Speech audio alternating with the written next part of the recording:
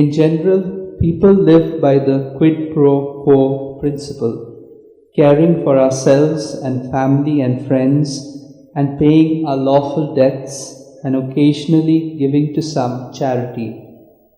We feel that everyone should work for their living and that the state should take care of the disabled and the aged. But maybe our faith asks a bit more than that from us. Because God gives us everything we have, we should share our blessings with others. Jesus said, "Go the extra mile, turn the other cheek, be as merciful as God our Father." His call to go beyond the call of duty echoes in today's gospel. The parable sets the bar very high, inviting us to show even unmerited hospitality to others. Its implication is that our dealings with others should measure up to God's goodness to us. Blessed are they who show mercy, for mercy shall be theirs.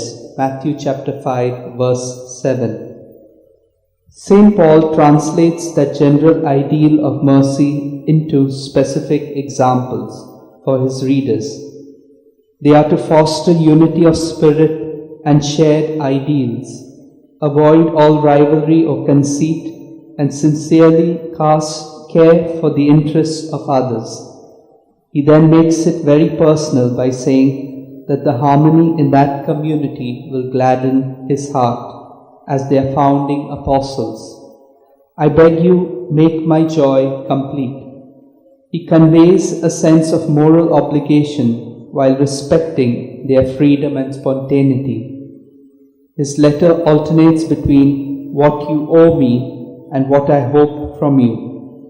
The gospel illustrates a level generosity far beyond what most of us will ever fully practice. When you're holding a party, invite people who are ill, lonely, or marginalized.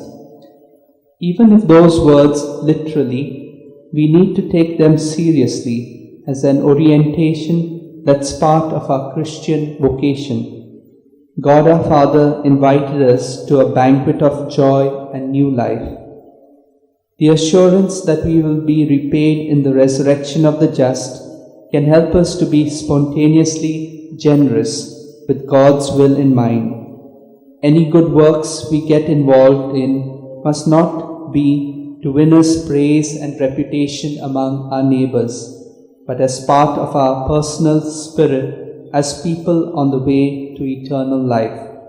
That we learn to follow Jesus with full commitment and dedication. Let's pray for this grace for one another.